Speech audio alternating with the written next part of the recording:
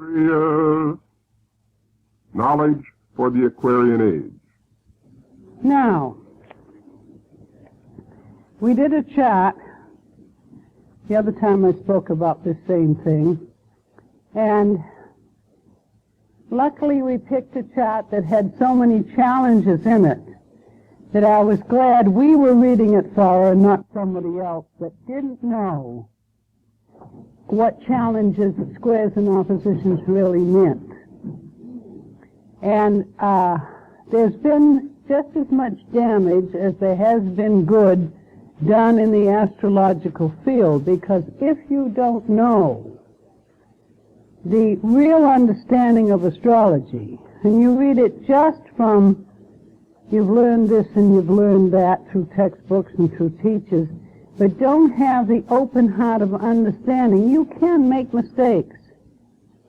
And in astrology, every one of us that are counselors are karmically responsible for everything we say. And if we scare people through what we say, we're going to pay those dues. And Judy, I'd like you to tell them what happened to you with your first astrologer. Well, we were discussing a Saturn transit. And I handed her my chart with my progressed planets, which were in Cancer, specifically Mars. And I handed her my chart, she looked at it and she said, uh-oh. And she threw it back at me like it was hotter than a pancake. And it scared her. It really did. It frightened her. Who wouldn't be frightened if somebody looked at you and says, oh! And then tells you nothing. You see, this is what I was talking, that's why I took the subject, how not to scare a client to death. Because here's an example of what happened. Well, I've had to clean up so many messes of people telling people things that weren't so many times. Has anybody else got frightened by astrology? Now, you see, it's what you say. Yes, go ahead. All right, you come up and erase those charts and put your chart up on the board, and we'll use it as a lesson of how to use what you might think are destructive energies very constructively. Will you do that? Have you got the chart with you? Because I was sending out a call inside, let someone who has a chart that they consider afflicted speak up, and then she speaks up. So we'll put that chart on and use it as we go along. Well, fear of psychic forces is often caused by Mars-Neptune things in the chart. But it is your own inner saying, leave this, that fear is caution against going too far in those cases, because you have probably got into the wrong side of the psychic field in other lifetimes. Somebody what? Terrible. I know.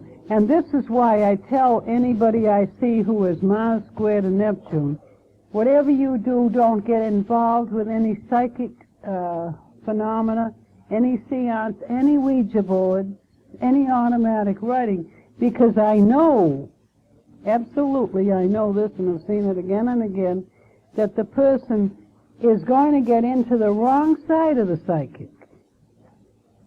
Now, if, and I'm just saying if now, hypothetical thing, that if the person in the past lifetime has got involved with black magic or used psychic forces for their own aggrandizement or for money or whatever, they will come in with that Mars-Neptune, and usually they have a fear about it.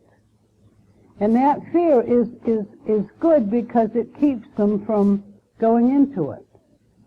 Now, let me say this, that I've had a great deal to do with earthbounds and obsessions and helping people get rid of entities that have got into their magnetic field. And I always say, in talking about this, leave the Ouija board alone, leave the automatic writing alone. Because you don't know what, you don't, especially in this civilization, in this time, you don't open your front door and say, let anybody come in that wants to. And you open your psychic door to Ouija boards or automatic writing, and anything that can come in. And they can give you a good runaround for your money. They can begin to praise you, and they begin to tell you, and they do tell you some things that are true. So they hook you. And I always have difficulties with people who have got caught in that, because when you try to get them out of it, they think, oh, you're jealous because I have this power. Or, I'm not going to believe you. And they always find out. But I'd save them from it if I could. Of course it wouldn't happen. When you have Mars trine Neptune, you have the right relationship with forces on the next dimension. If you have, but you don't need the Ouija board. No, you don't. Mars trine to Neptune, I happen to have it, and so but I had to be trained, and I can work on the inner levels as well as I can work on the others, helping the one stuck between this plane and the next. But look, there's another way. The difference between Neptune and Uranus is very, very enlightening. Neptune is your psychic. Neptune is the mystic. Neptune has to do with the next dimension. Neptune is a vibration that comes in through feeling. And so this is why afflictions to Neptune can make it fuzzy-wuzzy. Uranus is direct intuition. It has to do with the sun behind the sun, which is, of course, your higher self, or that center. You can get identically the same thing that you need to know from that center, and there's never a repercussion of obsession or anything of that sort. So that if you go the meditative way, if you go God's way, in the way of His will, when you need to know anything, you'll know it. But it won't hit your mechanism so that your solar plexus is all disturbed. You see, that seek ye first the kingdom of heaven and everything else will be added is absolutely true. Because all of my students who have learned the art of meditation and have learned the spiritual laws, they're intuitives. And when they need to know anything, it'll pop right into their minds. And you don't need to go the psychic way. I've investigated all these fields. I'll just tell you an example. One night I decided I was going to get out of my body. So smart Alec Izzy had a meditation that's going to take care of it. So I started to will, and I started to will, and I was going out, and I began to get this swirl, and all of a sudden I got a biff like that in the solar plexus and heard somebody say, "Get back and stop your nonsense." I was sick all night long. Oh, was I sick. And I was telling a very advanced disciple about it, and he said, "You know, Izzy," he said, "we were using our wills." He says, "I tried that one night." And he says, "I got out. And I was having a perfectly wonderful time roaming around the astral and seeing everything when I saw the most god-awful looking monster I've ever seen in my life running for my body." And he said, "I never ran so fast in all my life." And he says, "I got just a split second into that body before that monster took it over." And I heard a voice say, "Don't try that again. You won't be so lucky the next time." He said, "Believe me, I never did." But I want to tell you something, too, that's very important for you to realize, and while I know this isn't talking astrology for a minute, do you want to know you're not your body? Do you want to know what that dimension looks like? You don't have to die to win. All you need to do is to say as you go to sleep, "If it is the will of my high self, and it is allowable, let me know I'm not my body. Let me have an experience of going out there." You're not willing it, you see. You're not doing it from the personality level. And either that night or maybe some nights later, you'll suddenly have an experience that'll prove the reality of you, of the next dimension, prove the reality that you're not your body. You'll find yourself out and you'll look down and say, oh, that thing. But there is another way, and you have a perfectly legitimate reason, and if you're a tall nosy like I am, wanting to know everything, you will ask, let me have the experience. But when you do that, your high self companions you all the way. You'll feel a sense of someone behind you operating, but you will not be in any trouble no matter where you are. Yes, absolutely. Let's take a look at this chart and see what you and I both have to say about it. Because here's 1, 2, 3, 4, 5, 6 planets in cardinal signs. What do you know right off about this person? Action-oriented is right. In other words, while things are going on and happening, she's happy. And if she hasn't got a crisis in her life, she'll go looking for one, won't she? Because energy has to keep stirring in this mechanism. Isn't that right? What's your first name? Joyce, yes. And so it has to keep stirring. It's on the go all the time. Now, if she controls it and steers it in the right direction, all is well. I think it's rather interesting and also difficult and yet wonderful to have a Pisces ascendant and planets in Aries, because they're so different. Pisces is passive, is receptive, is soft. I call it soft and sweet. It is not aggressive. Aries is. So, and Pisces on the ascendant is extremely sensitive. And so, yet I think they complement each other, because the male positivity of Aries and the sensitivity of Pisces. But it's like this. Aries begins and Pisces finishes. So in this lifetime, a lot of activity would begin. Where's the sun? Yeah. Oh yes, in the 10th house in Capricorn. There'd be a lot of energy going out. Now let's talk a bit, and I want your opinions as well as mine. How would you talk to a person who had Mars and Jupiter in the 1st house square to Mercury in the 10th? What would some of you say? I'm going to pick on you. It's you. Yes, you. Let's find out first if she's a career woman. Joyce, are you a career person? You're in your home. Married with children? Mm-hmm. Let's first take a look, before we do talk any more about these aspects, of the power of the planets. She has 6 planets in angular houses. Now, the angular houses are the same as the cardinal signs. So, right off, you'd know she'd have a very active incarnation. You'd also know that whatever dues she had were created in the last lifetime through action, because your cardinal squares or afflictions are from the last lifetime and are caused by actions.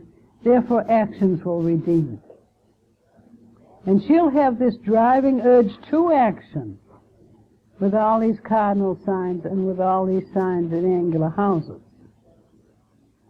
Now, these planets are accidentally dignified, is the way the old books say, by being angular. But here is Aries in that 1st house. It's the natural ruler of Aries, but it's intercepted. Let's ask Joyce this question. When you were a little girl, were you very shy? Were you? You would. Because inside you weren't shy at all, and yet there would be that Pisces holding you back. Now, Mars is powerful in Aries because it's its ruler. The moon is in the sign of its detriment. Mercury in Libra is like Mercury conjunct Venus. It's a refined type of mind. Oh, it says 5 Libra on this. Yeah, 5 Capricorn. All right, so she's written Libra down instead of Capricorn. So, Mercury in Capricorn, there's a tremendous accent in this chart on Saturn and Mars. Saturn because of the 3 planets in Capricorn, Mars because of the 3 planets in Aries.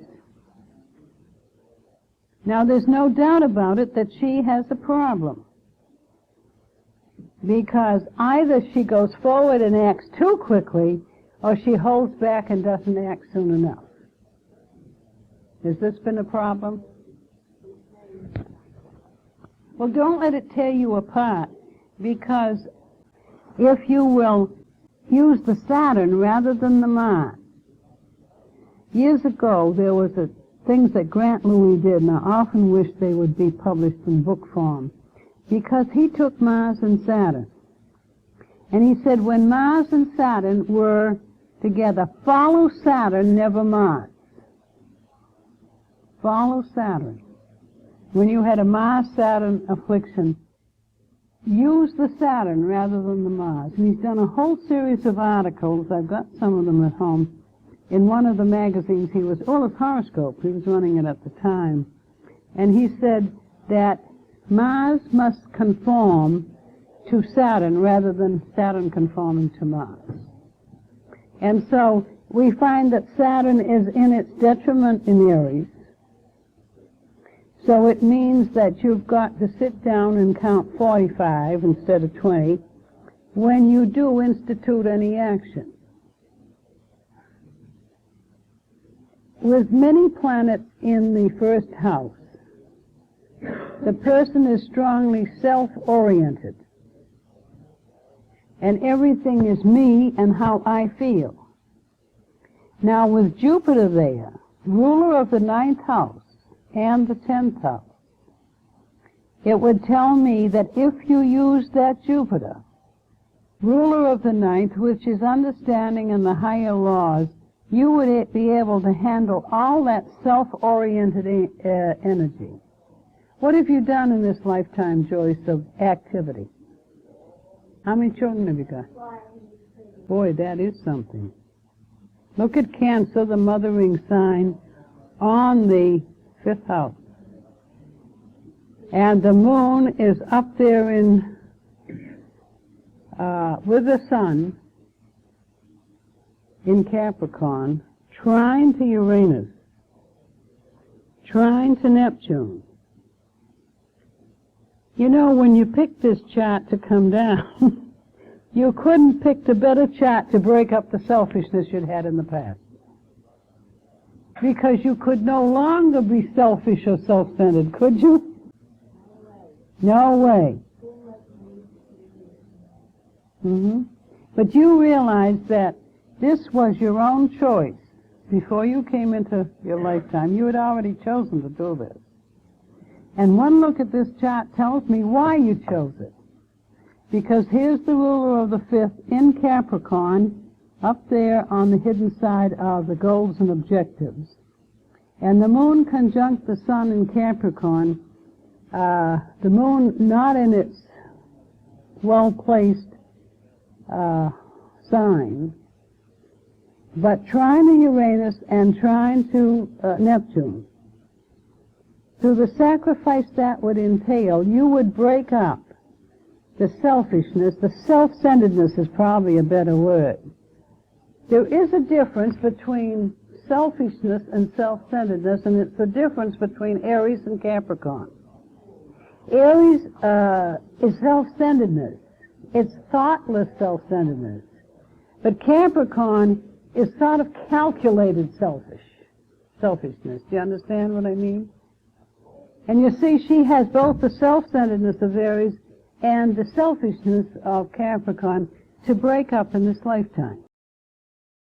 And she herself chose, whether she knew it or not, to come down here and have all these children the moon ruler of the 5th and the sun ruler of the 6th of service together up in Capricorn. Were you able to do, were you able to do a good job with it? That's beautiful. So what? You know, sometimes I get a little bit disgusted at the things people say. Begin with the very idea that it's only an apparent motion that isn't true. There's no such thing as a really retrograde planet. You can turn it around and go backwards if you want to with your thinking about it. But it's only a subjective withdrawal within. Now, what's scaring you about that? Give me a little bit more about the child you're worried about with the retrograde Saturn. Well, they all have it. Now, let me ask you something. Have you had a lot of trouble with these 3 children? Mm-hmm. So you're not blaming the Saturn retrograde for your troubles with the children? I don't believe that. Mm-hmm. Now, all right. You take a look at that moon. In moon in Capricorn, you're scared. You're frightened on the emotional level. What are you frightened about? Your children. But take a look at that moon trine to Neptune and trine to Uranus.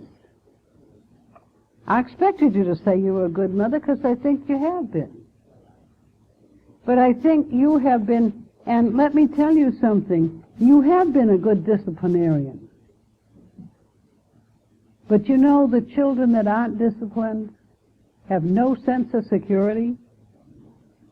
I've had people come to me again and again, parents having children in their 15, 16, and 17, and they can't do a thing with them. And one look at that moon in that chart tells me that mother has been self-indulgent. She's never given them any training of discipline. And I said, look, there's nothing you can do now. What you're recognizing now, you should have done it at 5 and 6 years old. And I remember my son was in the hospital corps in the Navy, and I was a disciplinarian, but I was fair. And when he was out in the South Pacific in a mental ward, be in charge of it, he wrote back and he says, Mom, I used to think you were mighty tough with me because you disciplined me so. But he says, I can see out here, the only boys that are broken down out here are the boys who got no discipline as they were growing up. And so I think you've been a very good mother, but I think the moon in Capricorn is the moon and Saturn together, and your moon and sun square to Saturn. I'm awfully glad you stuck that Jupiter in the 1st house, because I would say right to you that you're a worrywart. Right? Yeah. And you worry about things you don't need to worry about. Anybody that has Jupiter in the 1st house, I don't give a hoot what their afflictions, they're always protected. Jupiter is your 11th house friend. I mean, your 11th hour friend. And it might take you right up to 1 minute of 12, but boy, it comes through. It always has. And it always will. So when you get into the negative side of Saturn, I want you to remember that. Let me ask if you had difficulties in your home because of your father. Yeah. You see why the moon and the sun are in the 10th house, in Capricorn, and the square to Saturn would give you lessons through their relationship. But you could very easily have a father complex and not recognize he was just as much to blame as your mother. That's why I asked you what your relationship was with your father. I know it. I know it. And see how it shows in the chart. The person that has Saturn conjunct the Aries often has a very strong father complex. See why astrologically. Capricorn in the natural ruler rules the 10th house, right? And Aries rules the 1st house. And when there's a square between them, the father is not seen clearly. What would happen? She would blame the mother because the moon squares Saturn. But Saturn in Aries would cause her to have a father complex. But what I would feel was here was a great deal of guilt in you for some reason. Either feeling guilty for them that they didn't get along better, or guilty because you couldn't make them get along better. You might have tried. Did they have other children? Mm-hmm. There isn't one of those 6 except you that's so concerned about this. Right? No, I have a sister. Can I say something that this chart shows? I want to be sure your time is right. Not like you are concerned. Hers is in again and off again and gone again, and she fluffs it off, and then it bothers her, and she fluffs it off again, but you hold it. Now, why do I say this? Because I want you to understand astrologically. Look at the 3rd house, which rules the sister, of course, and you find it's Mercury, and it is in Capricorn. But it's square to Mars. And Mercury square to Mars is nowhere near as serious and as heavy as the Capricorn Sun and Moon. Square to Saturn. And have you got into the inner side of yourself at all? When Saturn. Mm-hmm. You know, it's really wonderful. Because at that time you thought it was a terrible thing. But you realized that without that experience, you wouldn't have begun to wake up. And can you imagine how good I know you couldn't see it then. This is why I say, you call anything good or bad at the moment, what seems terrible sometimes turns out to be good, and what seems good sometimes turns out to be the opposite. And I'm sure, what was your little girl's name? I'm sure Justine is absolutely jumping with joy that you've woken up. And she would say it's a very small price to pay to throwing off a body in order to see my mom get into light. And maybe she chose that before she came down in full consciousness that that's the way it was going to be. So remember that. Just send her your good thoughts and just think, Justine, it took your leaving to wake me up, but I'll catch up to you later on. Because you will. Comments from some of the rest of you there. I don't want you just sitting and not participating. It often is one of two things. It's either tremendous conflict with the father or a very strong father complex. That often happens. Saturn in Aries, and especially if it's afflicted. Saturn in Aries, spontaneous flow of life force is inhibited. Now, Aries is tremendous energy, and she gets it through the Jupiter and Mars conjunction. Apt to be suspicious and distrustful. Often suffers from those in authority over him. Held back by subconscious fears or a sense of great conflict. In female charts, a strong father complex can be part of the pattern. Sometimes this is negative, and sometimes it's hatred, and sometimes it's over-devotion. Good reasoning power gives the ability to concentrate and stabilize the mind, like some argument. Now, this might not be so with her with the Pisces ascendant. That cuts down the desire to be aggressive, or cuts down, and if you notice, the only thing she has in water is that Pisces ascendant. So definitely she must have lacked in empathy towards other people. in a past lifetime. And she had to learn first that she had emotions, and then to use them constructively. And I wouldn't doubt but what, there's been a lot of problem in the right control of your emotions, hasn't there been? Of course you will. But I think you resolve it by realizing, and when you get into meditation, I want you, as you step out from your body and start blessing your three vehicles, physical, mental, and emotional, go through this, I am not my emotions. And get the feeling, I am not my emotions, but I have the power to handle them successfully. And if you say that often enough to your subby, it'll be so.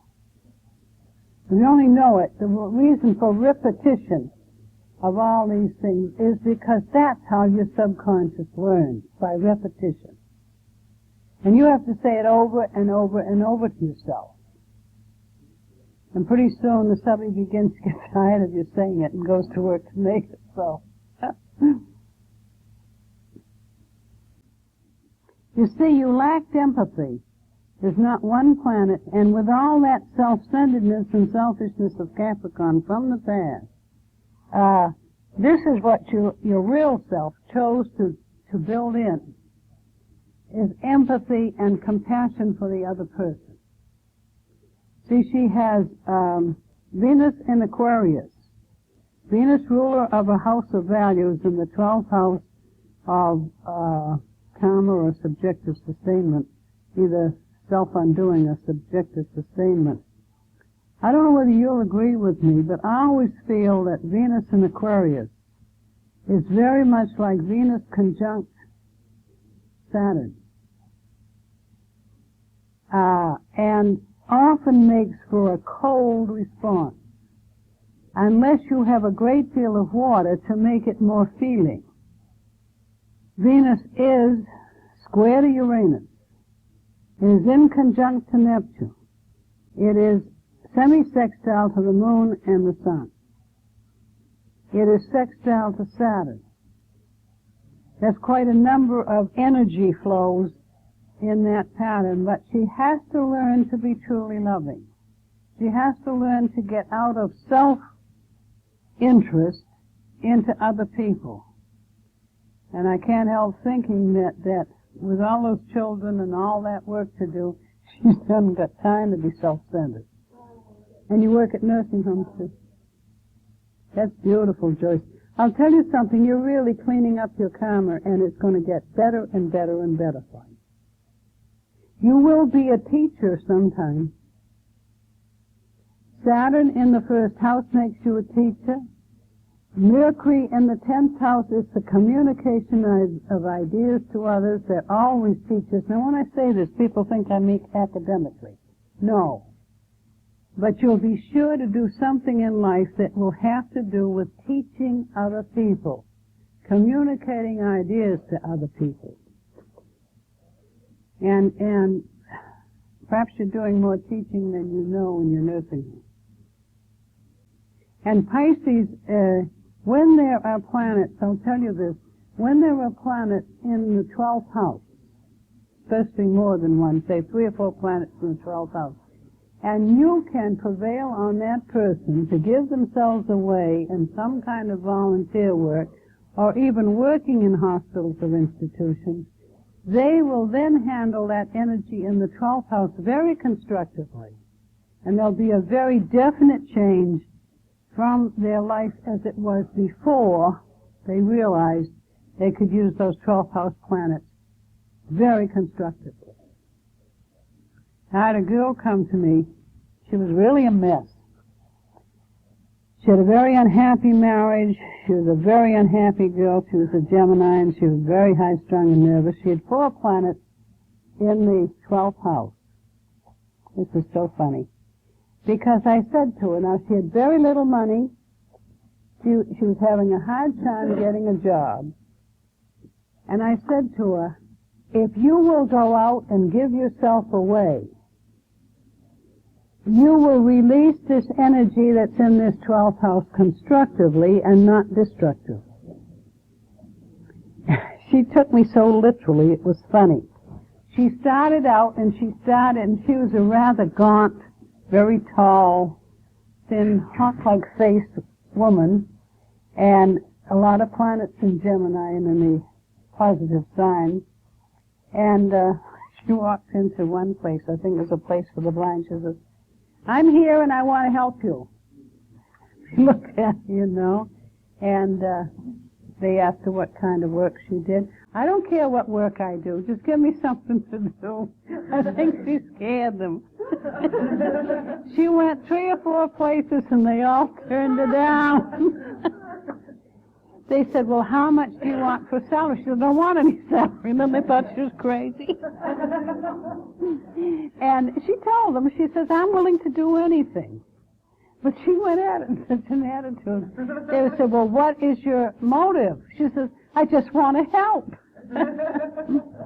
Well, she landed in the Mass General Hospital reading to children in the children's wards afternoons. And it was so funny. And she was extremely happy doing it. And she got no money for it. But as time went on, she began to get other things to do that gave her the money she needed. But she watched everything the nurses did. And she decided she was going to be a child nurse after she had had quite a bit of experience in the children's ward. So she went out as a child nurse. And she would go home with the mothers when they went home with their babies and take care of the babies and the mother. And the first time she went out, they asked her to take a temperature. She says, "I've never taken a temperature in my life." She was supposed to be a nurse, by the way, a practical nurse. So she said, "I remember that they put it, if you were old enough, they put it in your mouth. If you weren't, they put it in your mouth." So it was a baby, so she said, "I did it that way." She said, "If you ever saw me looking to see what it said." Well, she went on and she became one of the most excellent child nurses. She got a very good salary, and everything worked together for good to her once she let go of the self-undoing and started to give herself away. And she used to make me very embarrassed because when she'd come to class, she'd come in out of town, she'd point that long, scrawny Gemini thing. She says, "You listen to everything she says." I never had any client ever take me so literally, so I had to be careful how I said it when I said anything to her. But you see, 12th house planets, or the 12th house sign on the ascendant, means you have promised to help, to aid, to serve, and not to do it for yourself. But you have the strongest kind of a chart, Joyce, and there isn't anything you can't do if you want to do it. 8 planets, you mean by progression in the 12th? Well, it ties in with just what I've told you. Just give yourself away wherever you feel impressed to do it. Your children are coming first, but you're already using those planets constructively. You're already doing the right thing. You're doing volunteer work in a rest home. You are helping your children grow into adults. And the moon and Pisces are not... What sign is it in? So it's in the sign of its exaltation. I don't believe in the last year or so you've had as much trouble as you had the years before that, have you? I know that. That's why I said it was subjective sustainment if you used it in the right way. You see what, you take the ignorant astrologer would make a big issue out of that. But by you being willing to serve, being willing to help, you didn't get any of the negative aspect of that at all. It's what we do with these energies that decide the issue. I would like to ask about your marriage because Mercury rules it. And the Mercury is in the 10th house. Has your husband been sort of a fathering figure? It would have to be that way because you've been the other way. So he's been your teacher in many ways. I want you to hear that because there's so much nonsense written about Saturn. Saturn is the greatest enduring, sustaining force it is. And when anybody has Saturn on your ascendant, Saturn on your moon, Saturn on your sun, they stand in relation to you as teacher. And that individual's chart will show you whether that teaching is going to be painful to you or not. But I don't doubt for a minute, and this comes intuitively as well as the chart, that he has been your father in a past lifetime. And I think he's acting as a father sustaining. He might be younger than you, or as old as you, or older than you. It doesn't matter. He's acted as a sustaining force for you in this lifetime, hasn't he? Mm-hmm. You see, you've come a long way since the time you took the first breath and brought this chart in. And what we have to remember in doing charts for anybody is that this is what they can't come in with. It is not what you are at any particular moment later. The tendencies and potentials are there. But if you use them constructively, as Joyce has, and there's always good things in the chart. Look at that Sun, Moon, trine to Uranus and trine to Neptune. You know right off that she has the ability to bring good out of what she calls not good. And she would have that help with that Mercury, ruler of the partner's house, up there in the midheaven. And when she tells us that he's got Saturn on her ascendant, you know he has taught her a great deal. You know also that she's always had the sense of his support, his sustainment. And I'll say this, that you did give him a harder time than he gave you. Yeah. See what a long way you've come since you took this chart? Very long way. You know what I feel? I feel that any soul worth its salt has at some time in life contemplated suicide. I want out. Yeah, now. When I was 16, I decided I wanted out. And I had a very orthodox, cultured, refined sort of family, so I figured I couldn't do it so anybody knew I'd do it. So I went and sat in a snowbank at 5 below zero and sat and sat and sat, waiting to get a cold and die of pneumonia. And I had this wonderful feeling of how badly they were going to feel, and they never know I did it. I never was so angry in my life. I didn't even get a cold. So it was disgusting. I was right near a bridge and there was water below. No, that'd be kind of cold to go down into that. But maybe I could do it this way and nobody ever know. Now, actually, we all at some time get to the point where you say, I've had it. I want out. But out is never the answer. Because as I've said to the young people that I deal with, look, you can do it if you want to. It's no sin. Take off your overcoat if you want to. You're still you. You still got the same problems, and you've got to come right back in and go over it again.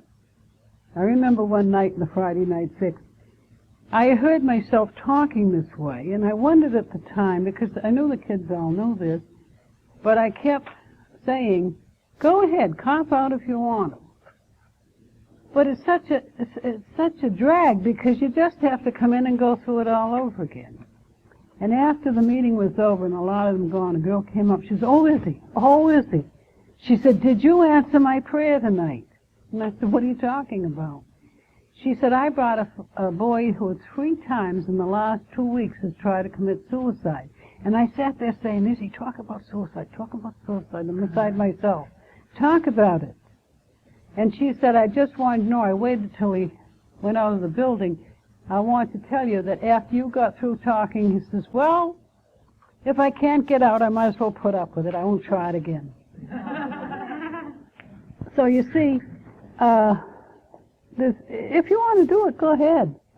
But when you know that you've only got to do it all over again, you've got to come back, it's not so easy. Any other comments any of you want to make about this chart? Notice where her north node is. Again verifying the fact of a good husband. The north node in the 7th house. The south node in the 1st house means no more concern about self. That's been a pattern of the past. Now she's got to put her energies on the north node, which is other people but is also her husband. Her Mars, her Jupiter to Pluto, the redemption of herself comes through children. The sun and moon trying to Uranus and trying to Neptune describes the good husband she's got. Because the sun is the man in her life. Any other comments or questions? What would you like to discuss from here on? Do you want another chart, or do you want to ask questions? Cherokee? Well, in the first place, the 3rd house is the early environment. It's probably about the time between 9 and 13, something. Yeah. It was rough because of your own mental confusion. Because Neptune in the 3rd...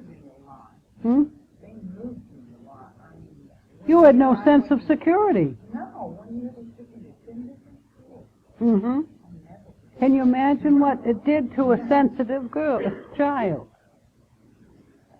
You know, there were 2 kinds of students, and it's well to recognize this, especially if you have children or dealing with clients that have.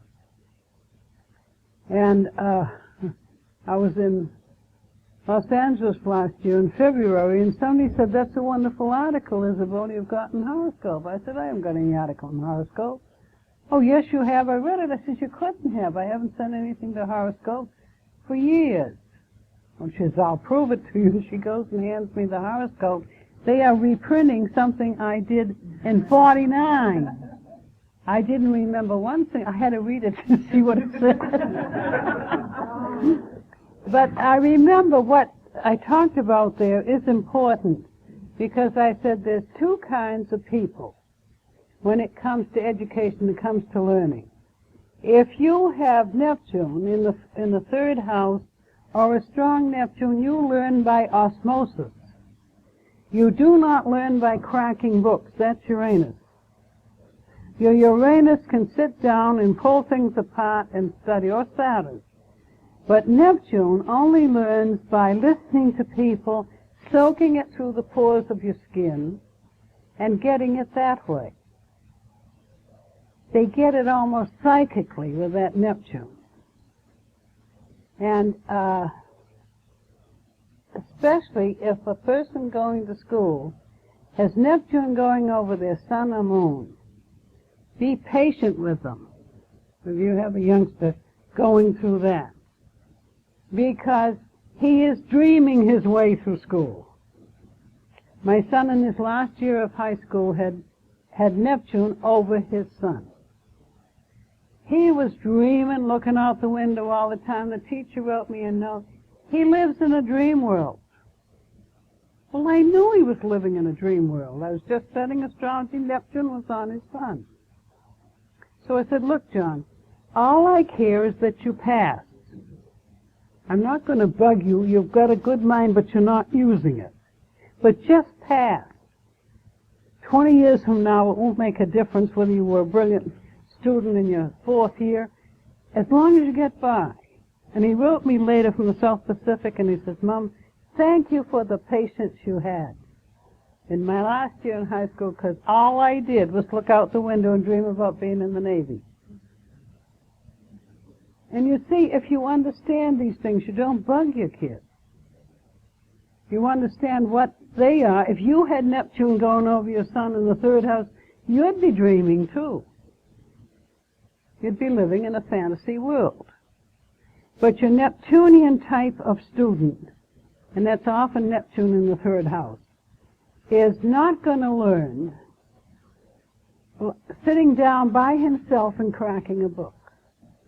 He's going to learn by visualization or listening to other people talk and absorbing it through the pores of their psychic skin. Any of you got Neptune in the third house besides Cherokee? Do you have any children that have Neptune in the third house? Isn't that right? And if you don't understand and you're bellowing at the mountain, sit down and study. You're going to have a problem. But sit down and talk to them and make it come alive to them, and they'll get it. Now, what sign? Of course you did. What sign is Neptune in Virgo? Mm-hmm. What have you got in Virgo? Mm-hmm. You'll find again and again that the people with Neptune in Virgo highlighted will be the nature lovers. They will learn more out in nature than they'll learn in any classroom. Yes. A what? Yes, 11th house Neptune. Now, what is Neptune? Is your 11th house is goals and objectives, friendships. The 11th house is also the second from the... I'll go into that on houses, because I've got to talk about houses this afternoon. But the 11th house will make you attracted to either weird or spiritual friends. And some of your other friends will call your spiritual friends weird. No, it is a case of you're very sensitive and psychic to your friends' needs. Friends like that. Yeah, they do. But that is beautiful, because Jupiter and Venus there, I know all your friends love you, and I know you serve them very faithfully. Am I right? I know you do. Mm-hmm. Know your basics. I go over them and over them and over them in classes in Boston when I talk, because if you get the feeling of each energy, you understand the houses, and you understand what aspects are saying. I always start my classes off in the fall. The energies of what is operating, how they operate is the sign. Venus in Aquarius and Venus in Libra are very, very different, because one is Venus conjunct Saturn, the other's in its own place. It rules that sign. So that houses are the areas to which the circumstances to which these energies will work. Aspects are how you have used or abused those energies. Misused. The energies are always pure, never forget that.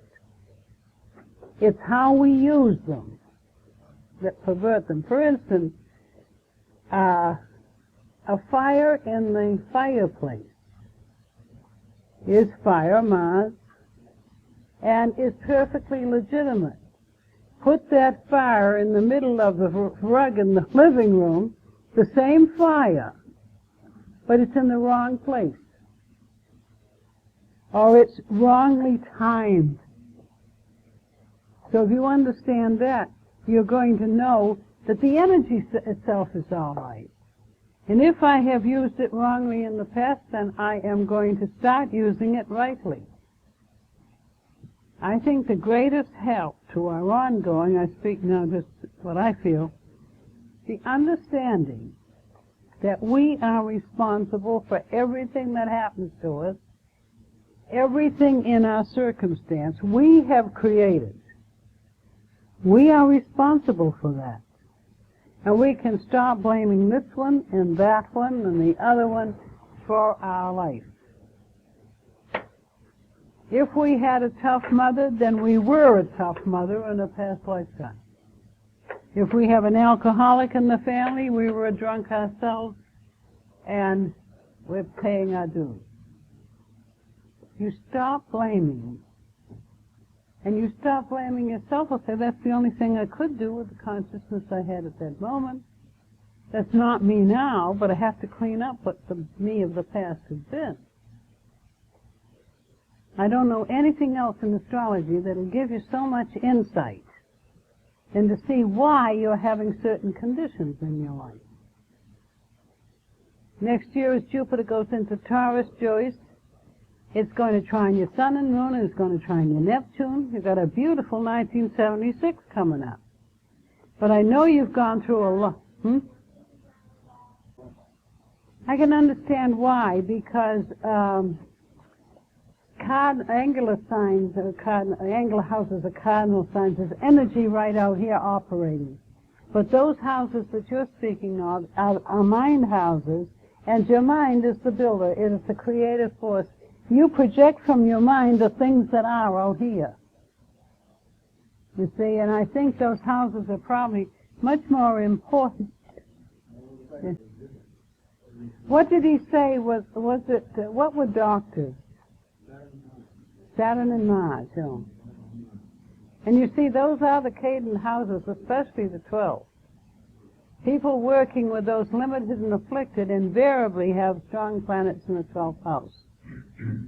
Or people working as counselors helping those that are limited and afflicted in some way. No, there's all kinds of jobs. All kinds that have to do prison jobs, administration jobs in hospitals, institutions. Often, there's very much of the actor to Pisces. I always call the Pisces the frustrated hand. Because though they're scared to death inside to do it, they'd love to be in the theater or they would love to project the self that they can't be or think they can't be. Many times they can, but they don't think so. Out here. And they are the actors. You find your Pisces people, when they do get into the theater, are very, very good. Because they're role-playing, and they can stand back and enjoy the role. They don't have to be themselves. When you think of this, you realize why they feel this way. He doesn't stop making his living that way. Well, Neptune gone wrong is drink or drugs. And understand why. The Piscean person, or the strongly Neptunian person, feels the impingement of the world vibration more than any of the rest of us. They find it very hard to maintain their cool in the crass world of materialism. And I feel sorriest for Pisces because I sort of feel, having Jupiter in Pisces, what they feel. Because it's the last sign, it's the dissolving of everything. And nothing here in the world of appearance is going to give them any real satisfaction unless they're the fish going upstream and not down. And because the pressures of the world vibration are so strong on them, sometimes unknown to themselves, that they take to drugs or drinks to get surcease from that pounding vibration of the world. Pisces people have to withdraw every once in a while from the world. If you've ever lived with a Pisces, you know that one moment they can be right with you, and the next moment they've slammed the door in your face, and you say, now what have I done? And I've had to convince more than one client, it isn't that you've done anything. I have a Pisces daughter, and until I understood astrology, I didn't understand why it was that sometimes she'd be loquacious and friendly, and the next minute, she didn't even know I was there. Oh, she did. She just wanted to ignore me. And it's a retreat that if they can't make on the outside world, they'll make it inside themselves. And it's because of their super sensitivity. I think they're absolutely wonderful people to even be willing to live on Earth. Now, in order to get over this, they drink. Because it takes the heaviness of the coarseness, and they sort of then can float along, you know? And this is why so many of the Pisces actors or actresses or people in Pisces will take that way out rather than going up, they go down. But they really, you feel awfully sorry for them because you realize what? Yes. I have 5 planets in Pisces, and when I drink to get away from it, I don't. I know. Neither do they. It doesn't work. But God does, doesn't he? That's why if the Pisces goes upstream, they really go very far on the inner level. I had a student who called it the dustbin of the zodiac. Because I said you were cleaning up all the 11 signs, the bits and fragments that you'd failed to clean up, met you in Pisces, and you had to clean it up. He said, yeah, all we are is a dustbin. Never mind the sign they're in, just let's take these as talents. What does Neptune represent? Yeah, but what else? What's the key word for Neptune? Yes. Obligation or sacrifice. What does Saturn represent? Responsibility. So a person with Neptune and Saturn as a quintile has the talent to be willing to accept responsibility in order to help others, to serve others, and there's more willingness to sacrifice. You see, take your meanings of the 2 planets in their very constructive way as a quintile. Oh, I'd like it too. Yeah. No, I tell you what though, the Saturn-Neptune person can get to initiation in this lifetime if he tries. I used to wonder why my tremendous interest mentally in after-death states and being willing to sacrifice have a Mercury-Neptune talent, quintile. You've got the power to project through your feelings that which you really are. I'd say right off, the person that had that quintile was not a phony. Didn't pretend to be anything he wasn't. Is that true? Mercury-Pluto, do you have a particularly strong feeling about the motherhood of God, the mother aspect? I have a feeling that for you, I don't know your chart or anything about you, but that would give you the talent to project a very strong mother influence. Anybody else? Yes. Well, what are the signs they're in and where are they? So they are in conjunction in a way, but they're not a hard conjunction. They're not as hard as Saturn and Mars both in Aries would be. Why? Because Mars rules the Aries, and Saturn in Taurus is in an earth sign, and it's earth nature, being ruler of Capricorn. Oh, then that's more difficult. What house is it in? Are you a boss or do you work for somebody? Notice what he said. He's being oppressed by a teacher.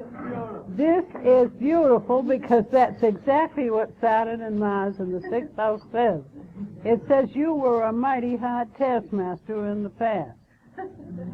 And this time you'd get someone, and if you were an employee, you'd get an employer that would be a pain in the neck to you. And you just say to yourself, that's my karma. And I'm going to turn it into grace by every time I think of him, I'm going to love him. I am going to bless him. Now, there's something very important here, and I didn't realize till this morning when something I said to somebody triggered it. You don't have to like anybody. It's perfectly all right to dislike somebody. because liking is of the personality level and has to be earned. But love has nothing to do with the personal level. It is a principle through which you contact the love principle and say, let it pour through me and surround him. And I'm willing to bet you something. If from this moment on, night and morning and maybe at noon, you bless this person that's giving you trouble, you'll see a wonderful transformation. Well, it is going to patch up, because you're going to bless him and you're going to say every time you say, how do you feel? You see? I'll just tell you one story and then I'll quit. A girl came into my girl, she was in her 50s, that's a girl to me. Never get over being girls. And she had the most tension face I ever saw.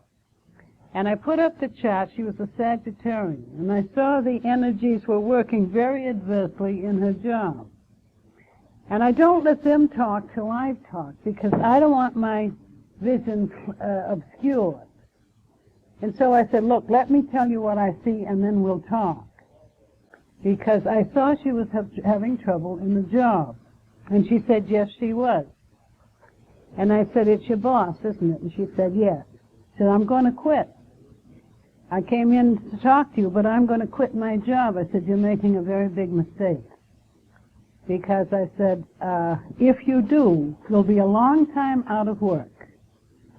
You won't get a job as quickly as you think, and according to what I see, you can't afford to be a long time out of work. She says, no, I can't. And seeing that she was a Sagittarian, I said, look, before you quit that job, will you try something?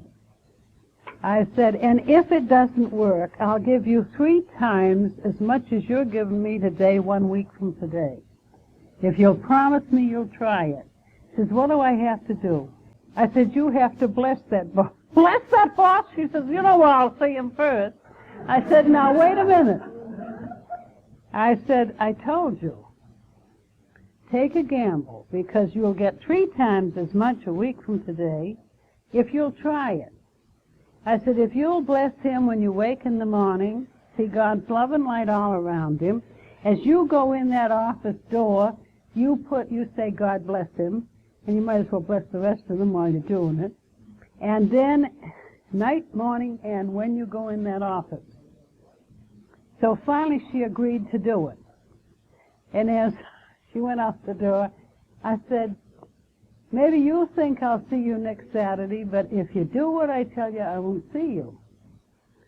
So anyway, I didn't see her. And about 3 months later, this woman comes in, she's dragging this girl by the hand. She said, tell her. I said, tell her what? I didn't recognize her. You wouldn't believe it, that woman looked 10 years younger. All the lines were gone. I didn't know her, actually, I didn't know her. And when she told me who she was, she looked at me and she said, I said, how long did it take to work? She says, 4 days. She says, that's why I didn't come back. And she says, I want to know if you're a witch. I said, spell that right.